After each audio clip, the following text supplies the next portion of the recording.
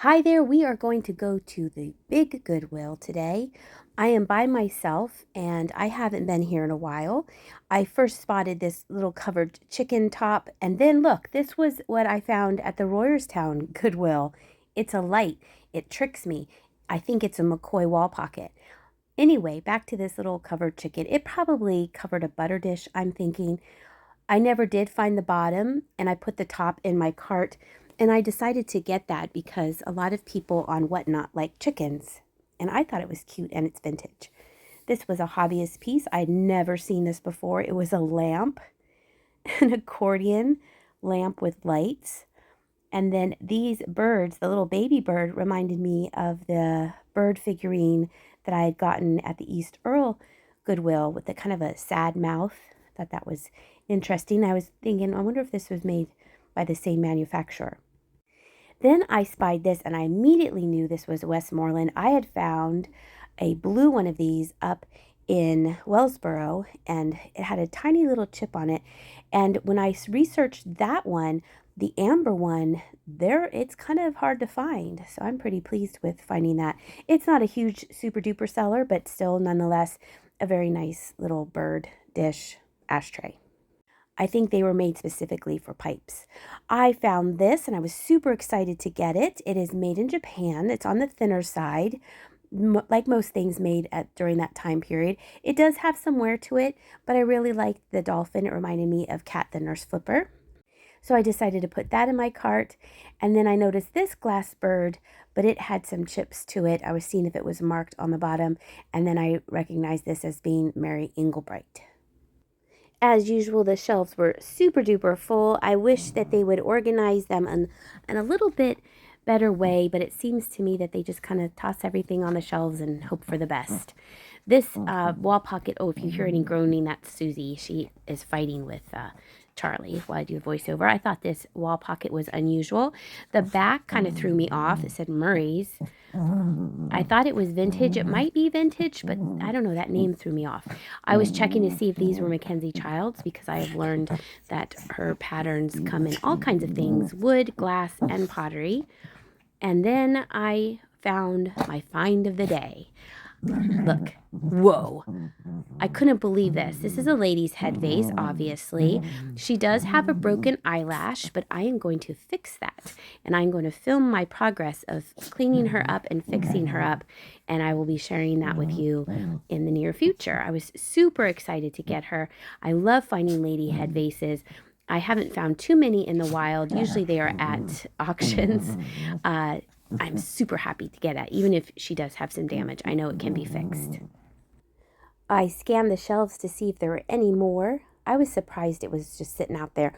All I can think of is that someone saw, or people saw, the damage on the eyelash and just passed her by. But not me. I snatched her up and I'm so happy. I'm looking to see if there's anything else. And then I found this cute little sea otter. This reminded me of Monterey. I thought it was adorable. It's one of those Wolf originals made in Canada. My friend Christina, who is known as Moon Sky Vintage on Whatnot, she is selling along with me on Knickknacks, and I showed her a picture of it, like, isn't this cute? It reminds me of Monterey.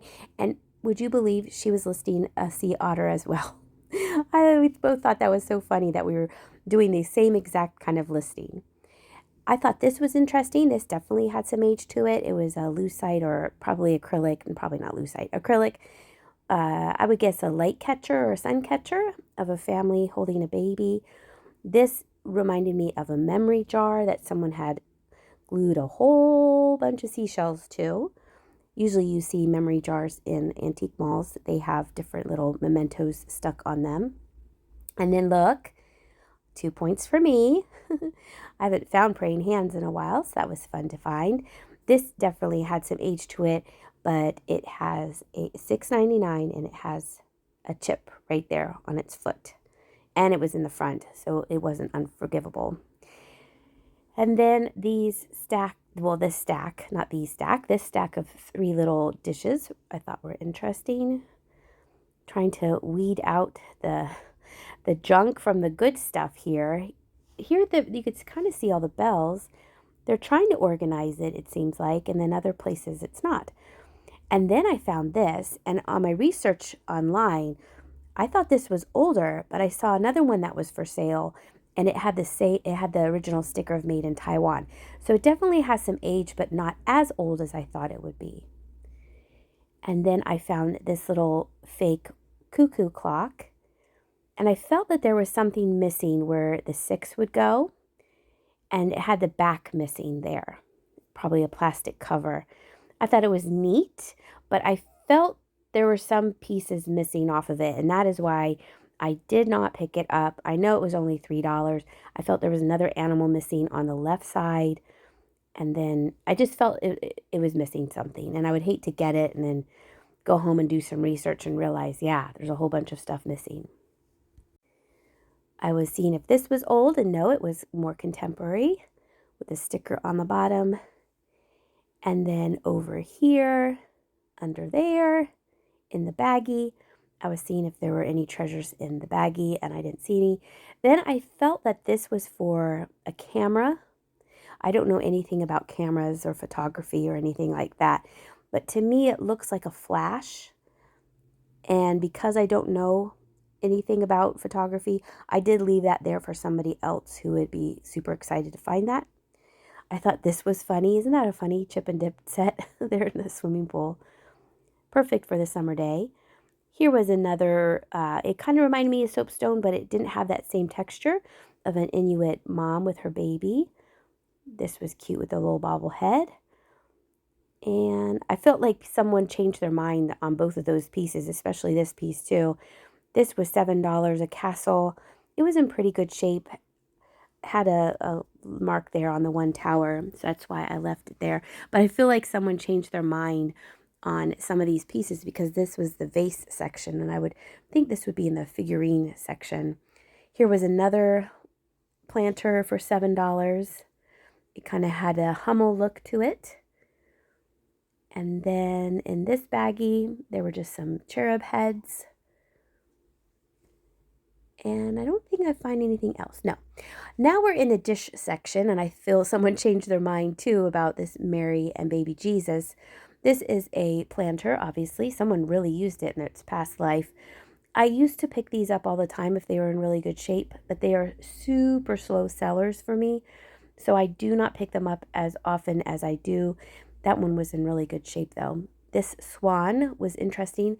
If I remember correctly, it was hard plastic. It was not ceramic. I'd never seen that before. Here was an old can of Wilson tennis balls. And on the top shelf, they had this piece. It was a Santa Claus. It was all white on white. Interesting color scheme. Usually Christmassy things are so bright and colorful. Giving you a look at the dishes and things. Here is a salt cellar. It probably is missing a cork to plug up that hole. And then I do find something over here, but first I looked at these plates. These might have been hobbyist plates. I am not sure. They were cute with the little bunnies going around them, and they were priced nice, but that one had a huge chip out of the bunny's ear. And speaking of chips, look at that. This was a giant chunk of chips off that lid of this milk glass. I hadn't seen this particular piece of milk glass before. That's why I was checking it out. And then thinking to myself, it's a shame there's such a big chip out of it. I don't mind picking up milk glass because it does eventually sell. I think milk glass is coming back. I think it's becoming more popular. And then look, I found a tiny little fairy lamp of satin glass, most likely made in Taiwan or Hong Kong. This is definitely not Fenton or Viking, but it is so super cute, and I don't have a teeny tiny one, so I am going to be holding on to this for a little bit until I decide to move it along to somebody else. I thought it was so cute. And then in the back, I messaged this picture to Jenny. I said, look, a clean Susie. Our Susie is always messy and damp, and that one is very good condition. This was, I thought, cute. It had a very old Goodwill sticker underneath the $1.99 sticker. I thought it was very cute, very vintage, but there was only one, and I try not to pick up just one mug. Something happened here. It was nice the person put it back in the the bin there, but still, that might cut somebody's fingers. I came here before the owl raid train. We had the owl raid train this past weekend, so that is why I'm looking at this owl to see if it's something I wanted to pick up for the raid train, and it was not. That was a lot of fun. It was fun watching everybody else on the train, seeing what vintage items they had picked up that were owl themed. We're joking with each other that, of course, now we're going to find all the owls now that we don't need to find owls. Isn't that always how it is? I thought that this was a giant kitchen witch. It seemed like it could be somebody or something, but I didn't see a tag on it. I looked on the back of the neck. I looked for a tag in the clothing, and I just didn't see a maker, so I left it there. And plus, it was awfully big for a kitchen witch. My kitchen is very small, so it would overpower my kitchen. And I thought this was kind of small for your wedding fund, little coin bank, but you would need a bigger one for a wedding. And then I pulled out these faux paper mache snowmen, seeing if there was anything really super about them. I didn't think so, so I left those for somebody else and thought that this was very, very miraculous that it was not chipped up. This is porcelain, and it was kind of snagged on that curtain, so I put it on a top shelf for somebody else to find. I think that was a hobbyist piece. And I think that is all I find on that end cap cart. It's kind of like a restocking cart, but then they put them on the end, so it kind of acts like an end cap as well. There weren't too many people in the store today, so that is why I'm able to show you more of the shelves. I try not to film people when I am shopping to give them their privacy. I found 2 of these. I don't know what that symbol is. It looked like a hippo. I am not familiar with that. And then someone was selling this at their garage sale for 50 cents. And, oh, this mean cup caught my attention because it's orange, and it's also a local coffee shop here in Lancaster. And, oh, I thought that lemon glass was neat. It had a brand name on it, but there was only one. Seeing if anything catches my eye. I don't like to buy just one mug, but if one mug is pretty spectacular, I'll make an exception. This is marked patent applied for, so I felt it definitely had some age. It has that beautiful translucent milk glass. The other ones that I looked up all have a date from the 1800s. Mine does not, so I wonder if mine is before that 1870 date. I'm not sure. And then I felt that this was a Westmoreland bell, but it turns out it was a Viking bell. Bells do not sell very well for me. I think if it was a Fenton bell, I might pick it up because Fenton bells are usually hand painted, and that one had an applied rose to it. Isn't this adorable? This is so cute, and it doesn't have any chips to it. I think this is so sweet. They look so happy. So I decided to get that, and then I was being nosy and checking out this ginormous heavy platter to see who made it. I was expecting it to be an independent maker, but it wasn't. I think it was mass produced. I'm still in the china and glass area, but there was this very, very big penguin musical thing, and I put it in the Googler, and it does come up a good price for resale, but this one had a lot of surface wear to it, and I thought that that would take away from getting a good price for it. So I left that for somebody else to take and enjoy. And then look, here's another one of those light bulbs with what it looks like a hippo to me. That could be a bear. If anyone knows what that is, please let me know. Those reminded me of Dorothy Thorpe with the silver band on them. There were quite a few of those that they had priced individually. This was a nice large candy dish with the flashed ruby edge there. Look how nice that is. And it was a good price too. That'd be good for your holiday decorating. This jumped out at me because it had some color to it, and we're in the clear glass section, but it had a big old chip right there. And then over here, I found a dreidel, but unfortunately, the handle had broken off. And I liked how it had animals on it, but I left it there because it was damaged. Here is another restocking cart, and I found it unusual that these were permanently attached together. That surprised me. That just surprised me. Now we're making our way over to the Christmas section. They had taken the shoes off this side wall and replaced it with a whole bunch of Christmas. Last time I was here, I found a couple Christmas items. So I'm scanning the shelves really quickly to see if there's anything vintage or something new old stock. And then I saw this and the pattern. I immediately knew this was Bolesławiec Polish pottery. It is not marked, but I feel I do know Polish pottery and that this definitely is Bolesławiec. It is a beautiful 12-inch soup ladle, so I decided to get that for sure.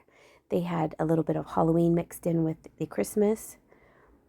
And giving you a look as well, see if there's anything that catches your eye. I thought those little snowmen in the front were cute. Here's a dapper man hanging out with those cute little snowmen, or Santa. I always do that. I always call snowmen Santas. This caught my attention because here's some new old stock of a candle ring. And that's kind of poking out through the bag, but it definitely is new old stock. So I decided to take that as well. I used the undo and I was able to get the Goodwill sticker, but still keep the old price tag, I believe. I think I kept the old price tag.